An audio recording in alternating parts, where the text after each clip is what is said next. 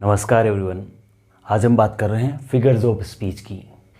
तो जानते हैं फिगर्स ऑफ स्पीच होता क्या है, पढ़ना क्यों है इससे।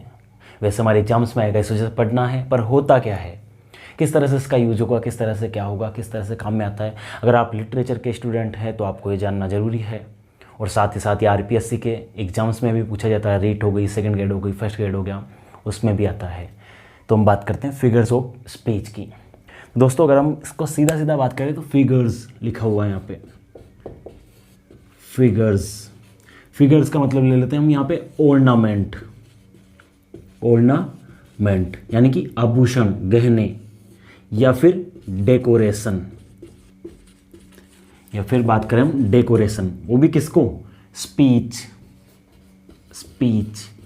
मतलब आप जो भी कुछ कह रहे हो, कोई भी जो भी बात कह रहे हो, आपका जो सेंटेंस हो गया, चाहे से आप उसे लिख के बोलो या बोलो सीधे ही या लिखो, तो उस जो बात लिख रहे हो या बोल रहे हो उसको आप थोड़ा क्या कर रहे हो, सजावट कर रहे हो उसको गहने आभूषण के थ्रू, मतलब उसको थोड़ा डेकोरेशन सजा धजा के बोल रहे हो, ताकि आप जो भी कहो आपकी बात कैसी हो, दमदार हो, प्रभावी हो, ज़्यादा इफेक्टिव हो, वो सुनने में सामने वाले पर ज़्यादा असर करे।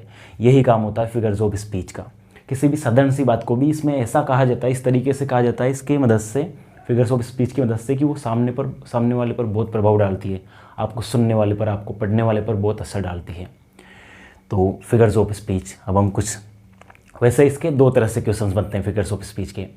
एक तो डेफिनेशन बेस्ड, आपको फिगर्स ऑफ स्पीच दे देगा और उसको डिफाइन करना होता है कि सिमिली क्या है, मेटाफर क्या है, ये क्या है, वो क्या है, जो भी ये फिगर्स ऑफ स्पीच है। दूसरा आइडेंटिफिकेशन बेस्ड क्वेश्चंस बनते हैं कि कुछ सेंटेंस दे दिए गए आपको और उसमें आपको पहचानना होता है कि इसमें से इनमें कौन सा फिगर्स ऑफ स्पीच है। तो दो तरह से क्वेश्चन बनते हैं। तो इजी टॉपिक है वैसे, अगर आप साथ के साथ पूरा वीडियो देखो तो आप आसानी से समझ पाओगे, बस साथ के साथ समझते रहो। तो देखो अगर हम इसको देखें फिगर्स ऑफ स्पीच को, तो figures of speech are deviation from the direct way of speaking. तो फिगर्स ऑफ स्पीच क्या है, सीधा कहने का जो भी तरीका है, हमारा कोई भी बात कहने का सीधा तरीका है, वो वैसा नहीं, उससे डेविएशन है। मतलब किसी भी बात को सीधे सीधे ना कहना, थोड़ा अलग तरीके से कहना, वो फिगर्स ऑफ स्पीच है।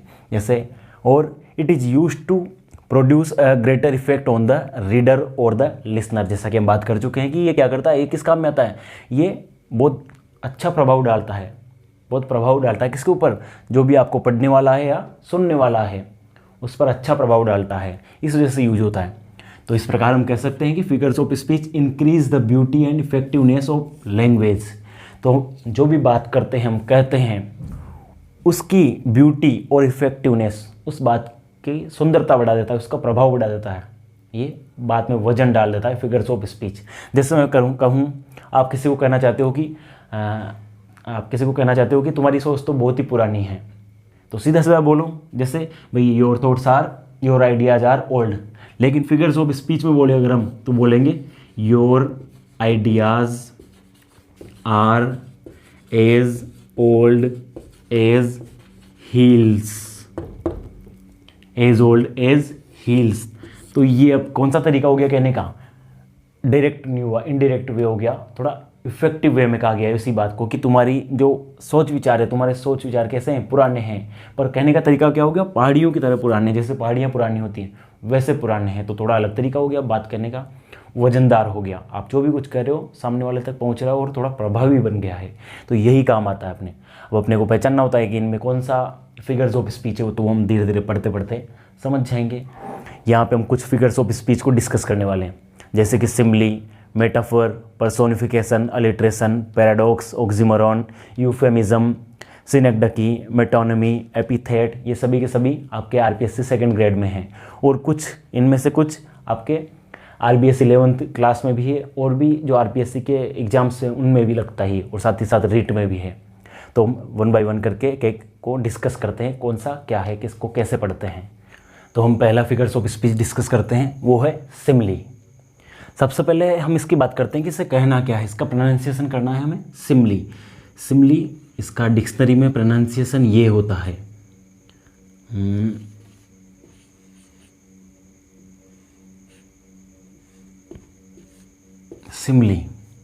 सिमिली बोलना है सही, सिमिली, ठीक है। और हिंदी में जो हमारा उपमा अलंकार होता है वो यही है, उपमा अलंकार।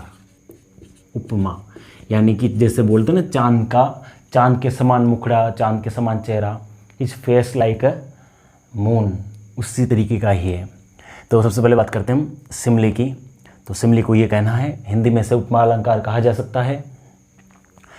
अब समझते हैं इसे सिमली में होता क्या है। तो it is a kind of comparison made between two dissimilar things. सबसे पहली बात ये क्या है, सिमली क्या है, एक प्रकार की तुलना है। इसके अंदर तुलना होगी, लेकिन किनके बीच में, बिटवीन टू डिसिमिलर थिंग्स, दो असमान वस्तुओं चीज़ों के बीच में, दो असमान वस्तुओं के बीच में। वो थिंग्स कौन सी हो सकती है, लिविंग भी और नॉन लिविंग, मतलब इंसान, जानवर, पशु पक्षी या कोई और चीज़ें भी हो सकती है। थिंग्स में सभी आ गया यहाँ पे, लिविंग और नॉन लिविंग थिंग्स। तो तुलना होगी इसमें और दो असमान के बीच में, ये ध्यान रखना है। लेकिन वो असमान तो होगी, लेकिन इनमें एक कॉमन क्वालिटी होगी, कोई ना कोई उन दोनों असमान चीज़ों में, तब उनके बीच में तुलना होगी। और ख़ास बात जिसके थ्रू हम पहचान सकते हैं, इसमें लाइक और एज का यूज किया जाएगा। इसका कंपैरिजन किससे किया जाएगा, लाइक और एज वर्ड्स अपने को सेंटेंस में मिलेंगे। जैसे कि अब हम एग्जाम्पल से समझते हैं, अभी क्लियर हो जाएगा ये एग्जाम्पल के थ्रू। तो जैसे पहला है अपना, she sings like a Nightingale, वह किसकी तरह गाती है, बुलबुल की तरह गाती है। तो यहाँ पे वही कहना क्या चाह रहे हैं कि वो बहुत अच्छा गाती है, पर यहाँ पे हमने फिगर्स ऑफ स्पीच का यूज किया, और इसी बात को थोड़ा वजनदार करने के लिए हमने सिमली का यूज कर दिया कि नाइटिंगेल की तरह गाती है, बुलबुल की तरह। तो वजनदार हो गया, इफेक्टिवनेस आ गई इसमें। पर अब देखो कौन सा कैसे पहचानना है। सबसे पहली बात तो लाइक मिल गया हमें, सबसे पहली बात लाइक या एज मिलना चाहिए हमने को सेंटेंस में कंपैरिजन होने पे। फिर तुलना होनी चाहिए, लेकिन तुलना किन के बीच में होनी चाहिए, टू डिसिमिलर थिंग्स, शी और नाइटिंगेल दोनों डिसिमिलर है। जैसे अभी मैं लिखूँ यहाँ पे, शी सिंग्स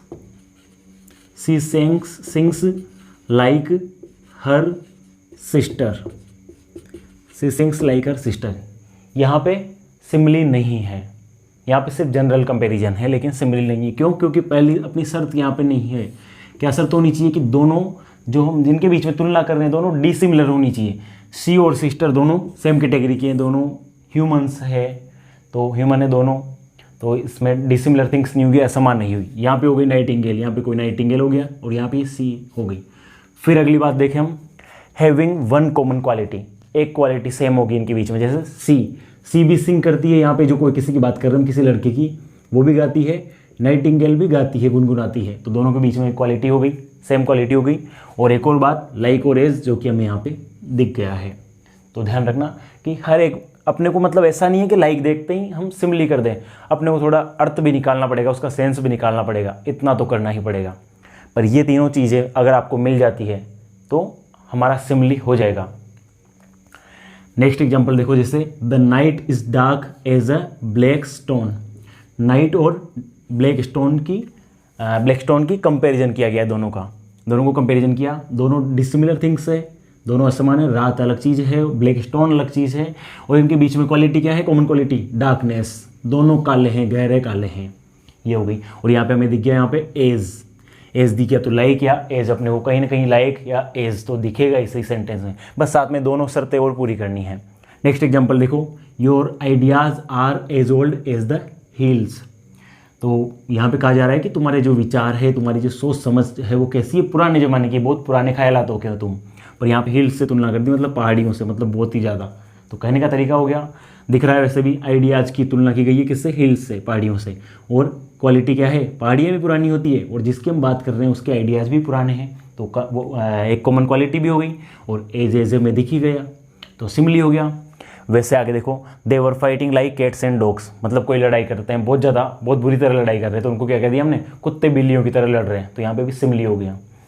तो वही देखो, और किनसे कंपेरिजन किया है, कैट्स एंड डॉग्स, कोई ह्यूमन बींग से यहाँ पे इनको कंपेरिजन कर दिया, कैट्स एंड डॉग्स से। डिसिमिलर थिंग्स हो गई, और दोनों के बीच में कॉमन क्वालिटी क्या है, कैट्स एंड डॉग्स भी एक दूसरे से फाइट करते हैं, और ये जो जिनकी हम तुलना कर रहे हैं भी फाइट कर रहे हैं, और लाइक हमें दिख ही गया यहाँ पे, तो सिमिली हो गया। फिर आगे, he is as busy as a bee, वही ही की तुलना हो गई बी से, भाई वो इतना कितना व्यस्त रहता है, जैसे कोई मक्खी रहती है, मधुमक्खी रहती है, हमेशा भिनभिनाती रहती है, हमेशा कभी बैठती नहीं है शांत हो गई, उस तरीके से वो व्यस्त रहता है, मतलब बहुत ही ज़्यादा व्यस्त रहता है। पर वही कहने का तरीका है, बी से तुलना करके कह दिया, फिगर्स ऑफ स्पीच का यूज़ करके दोनों डिसिमिलर थिंग्स के बीच में कंपेरिजन हो गया। दोनों की क्वालिटी क्या है, ही भी बिजी रह रहा है, बी भी बिजी रह रहा है, बी भी बिजी रहती है, दोनों के बीच में एक कॉमन क्वालिटी भी हो गई, और एज दिख गया हमें, लाइक और एज का यूज हो गया तो सिमिली हो गया। वैसे ही I wondered lonely as a cloud, ये बहुत बार पूछा जाता है ये एग्जाम्स में। आई वंडर्ड मानी भटकना, बिना निरुद्देश्य से भ्रमण करना, मतलब बिना बात भटकना इधर उधर। तो I wondered lonely as a cloud, देखो आई की तुलना किससे की है, क्लाउड से। खुद ने तुलना की है, खुद की कवि ने तुलना की है किससे, क्लाउड से। भाई मैं कैसे भटकता रहता हूँ, जैसे कोई अकेला बादल, जैसे कोई बादल है वैसे भटकता रहता हूँ, बादल जिस इधर से इधर हवा आई, इधर चला गया उधर चला गया, इस तरीके से तुलना की गई है। वंडर मानी भटकना, वंडर मानी भटकना हो गया यहाँ पे। तो दोनों के बीच में तुलना हो गई। क्वालिटी क्या है दोनों की, कॉमन क्वालिटी क्या हो गई, वंडर भटकना, मैं भी भटक रहा हूँ और बादल भी ऐसे भटकते रहते हैं वैसे अकेले अकेले, और यह एज यहाँ पे दिख चुका है अपने को, तो सिमिली हो गया ये भी। आगे देखो, life is like a stage, जीवन किसके समान है, जीवन स्टेज के समान है एक। तो लाइफ की तुलना कर दी स्टेज से, लाइक दिख गया हमें यहाँ पे, तो ये भी हो गया, सिमिली हो गया। फिर आगे देखो ये examples, your face is as a book where man may read strange matters, Macbeth, William Shakespeare का जो मैकबेथ प्ले है उससे ली गई ये लाइन। किसके एग्जाम्पल है, सिमिली का। Your face is as a book, face की तुलना कर दी गई है किससे, बुक के समान बता दिया गया फेस को, एज दिख गया हमें, एज दिख गया तो यहाँ पे सिमिली है। वैसे नेक्स्ट देखो आप, जो कि ओथेलो उनका प्ले है शेक्सपियर का, विलियम शेक्सपियर का, वहाँ से लिया गया है। Look like a flower but be a serpent under it, तो क्या कहा जा रहा है कि भाई आप बनो किसकी तरह, बनो किसकी तरह, दिखो फूल की तरह। तो आपको कहा जा रहा है किसकी तरह बनने के लिए, फ्लावर की तरह, उसकी तरह कहा जा रहा है। तो यहाँ पे भी सिमिली हो गया, इसमें लाइक दिख गया और फ्लावर की और आपकी तुलना की जा रही है। But be a serpent under it, लेकिन सांप की तरह रहो, जैसे मतलब दिखने में तो अच्छे रहो पर इतने ज़्यादा कमजोरी में रहो, सांप की तरह थोड़े तेज रहो ताकि आपको कोई नुकसान ना पहुंचा पाए, उस तरह का कहने का मतलब है यहाँ पे। तो सिमिली है अपना यहाँ पे। वैसे जैसे as white as snow, as hot as hell, इस तरीके से ये सिमिली हो जाती है। तो ध्यान रखना है सिमिली में कि तुलना होगी, दो असमान चीज़ों के बीच में तुलना होगी, उन दोनों के बीच में लेकिन एक कॉमन क्वालिटी एक होगी, जरूर एक कॉमन क्वालिटी होगी उनके बीच में, और लाइक और एज का यूज़ होगा। इनको देखते हमें सिमिली कर देना है सेंटेंस में कि हाँ ये सिमिली का सेंटेंस है, इसमें figures of speech simile use हुआ है।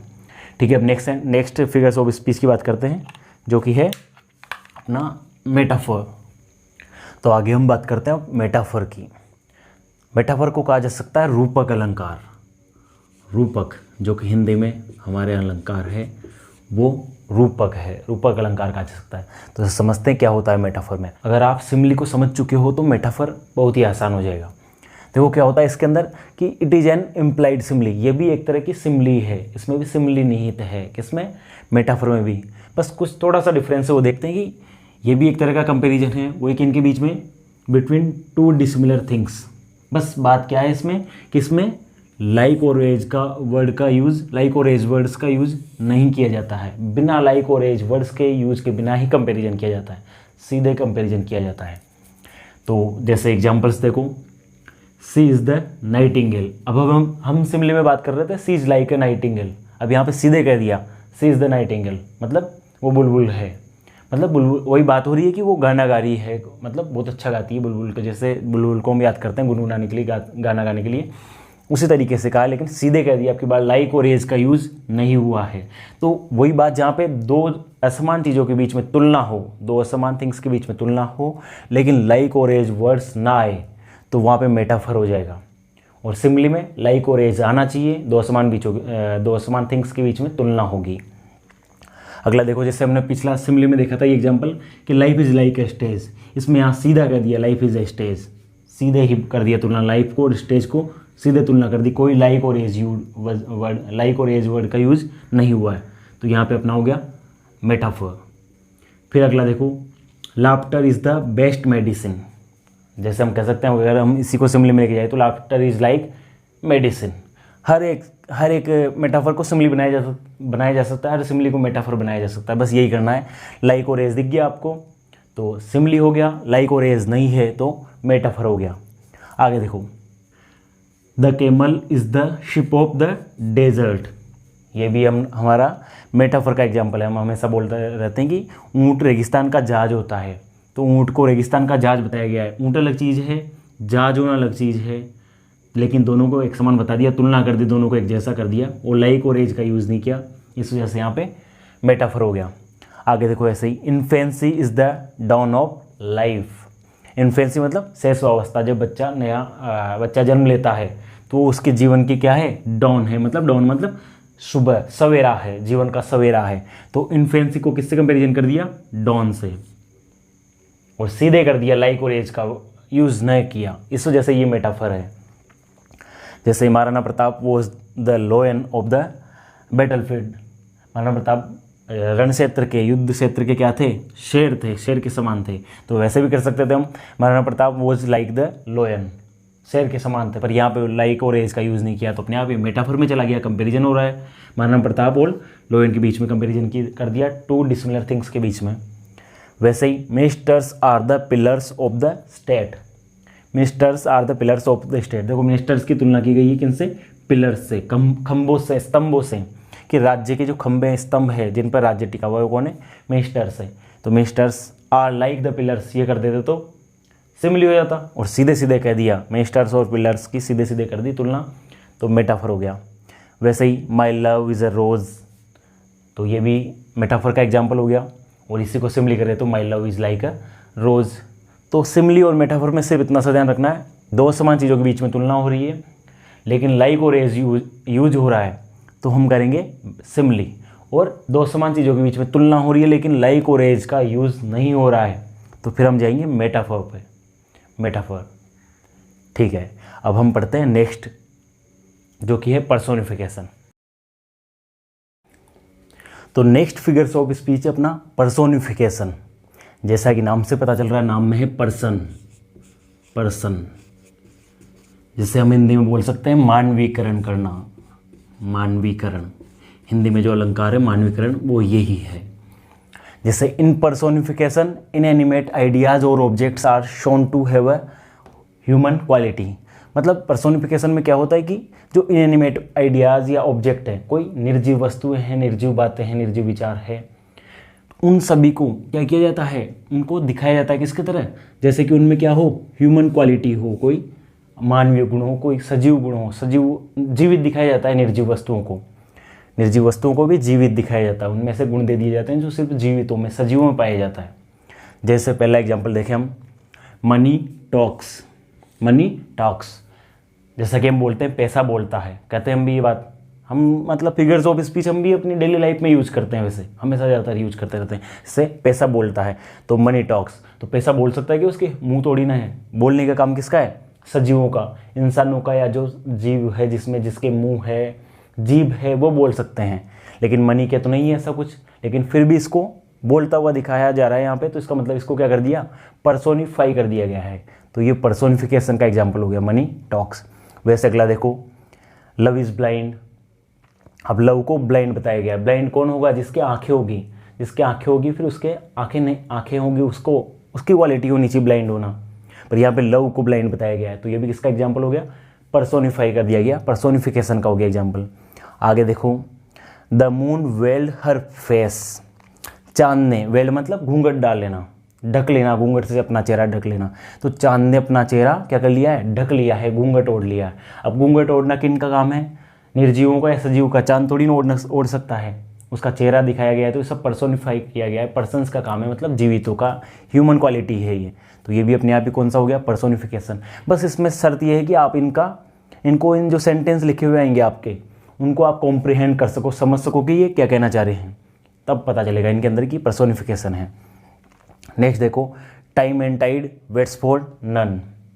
अब देखो, टाइम और टाइड जो समय है और टाइड है जो ज्वारभाटा है, इनको क्या करता हुआ दिखाया गया, वेट करना किसका काम है, सजीवों का काम है, ह्यूमन का काम है वेट करना, या सजीवों का काम है, लेकिन इनको भी वेट करता हुआ दिखा दिया गया, इंतजार करते हुए। तो अपने आप इनको भी क्या कर दिया, पर्सोनिफाई कर दिया, ये पर्सोनिफिकेशन में आ गए।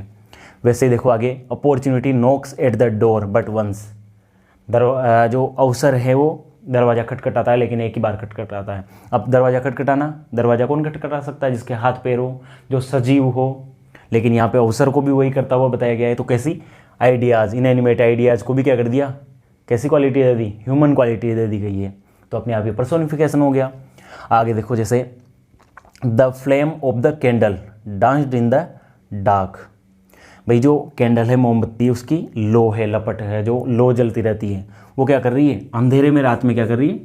डांस कर रही है, नाच रही है। और लगता है हमें जैसे मोमबत्ती जल रही है तो रात में अपने आप ही वो इधर उधर हिलती डुलती दिखेगी। तो क्या कह दिया कि जैसे मोमबत्ती क्या कर रही है? अंधेरे में नाच रही है। अब नाचना किसका काम है?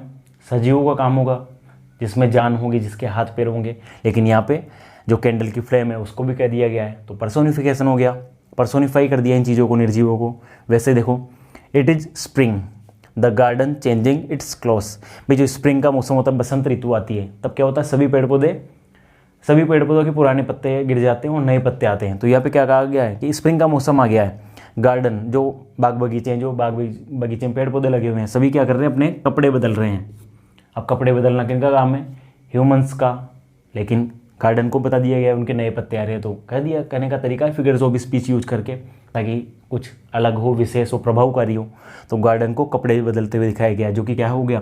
पर्सोनिफाई हो गया, मानवीकरण कर दिया गया है। तो इस तरीके से आपका ये पर्सोनिफिकेशन हो जाता है। बस आपको सेंटेंस को कॉम्प्रीहेंड करना है और बस एक बात देखनी है कि ये तो कि निर्जीव चीज़ें हैं, फिर भी इनको सजीव काम करते हुए दिखाया गया है। जो सजीव कर सकते हैं वैसा कुछ करता हुआ दिखाया गया है, वैसी कुछ क्वालिटी दे दी गई है। तो आप सीधे करोगे पर्सोनिफिकेशन।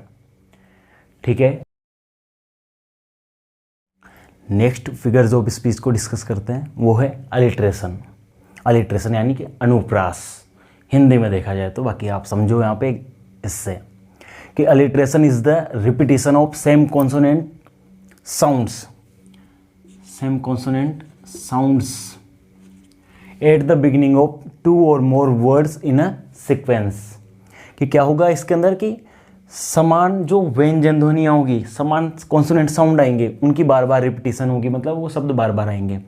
वो भी कहाँ पे? शुरुआत में, शब्द के शुरुआत में। और 2 या 2 से अधिक शब्दों के ऊपर आएंगे, 2 या 2 से अधिक शब्दों के लिए आएंगे। 2 या 2 से अधिक शब्दों के लिए आते ही वो, जैसे एग्जाम्पल से समझते हैं, she sells at the sea शोर। दोस्तों यही है, टंग ट्विस्टर भी इसी से बनता है। Tongue twister jingle bells exams में आया हुआ है, तो यही होते हैं टंग ट्विस्टर्स। जैसे she sells at the sea shore. देखो ये साउंड रिपीट हो रहा है यहाँ पे, शी सी श, यहाँ पे साउंड का रिपीटिशन हो रहा है, सेम कॉन्सोनेंट साउंड आ रहे हैं बार बार। तो 2 या 2 से ज़्यादा बार आ जाए, उसी में आपको अलिट्रेशन कर देना है। तो इसमें देखो कितने बार हो गया ये, शी रिपीट हो गया, यहाँ पे श आ रहा है, यहाँ पे भी श आ रहा है, यहाँ पे स आ रहा है, यहाँ पे स आ रहा है, यहाँ पे स आ रहा है, यहाँ पे श आ रहा है।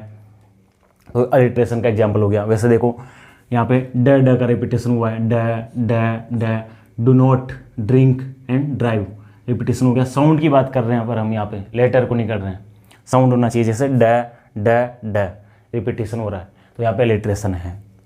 The fair breeze blew the white foam flew. तो फेयर ब्रीज, फेयर का कोई मिल रहा नहीं है, वैसे फेयर का फॉर्म से मिल जाएगा, फ्लू से मिल जाएगा। वैसे ब्रिज ब ये मिल गया इनसे, तो यहाँ पे भी अलिट्रेशन हो गया। इसमें अच्छी बात ये है कि हमें इसका कोई कॉम्प्रिहेंशन करने की जरूरत नहीं है। अगर आपके पास ही आता है, सिर्फ आपको साउंड पहचानना है, बोल के देखना है एक बार, और साउंड मैच हो रहे हैं बार बार, 2 या 2 से ज़्यादा बार हो रहे, तो आपको अलिट्रेशन पहचान लेना है इसके अंदर, किसके अंदर अलिट्रेशन है। आगे देखो, जैसे go and gather the green leaves on the grass. तो ग रिपीटेशन हो रहा है यहाँ पे। Fair fowls have feathers fair, यहाँ पे भी फ इनका रिपीटेशन हो रहा है। तो अलिट्रेशन में क्या होता है? सेम कॉन्सोनेंट साउंड का शब्दों के शुरुआत में, 2 या 2 से अधिक शब्दों के शुरुआत में रिपीटेशन होता है, बार बार सेम कॉन्सोनेंट साउंड आते हैं, तो वहाँ पे हम कर देंगे अलिट्रेशन। ठीक है।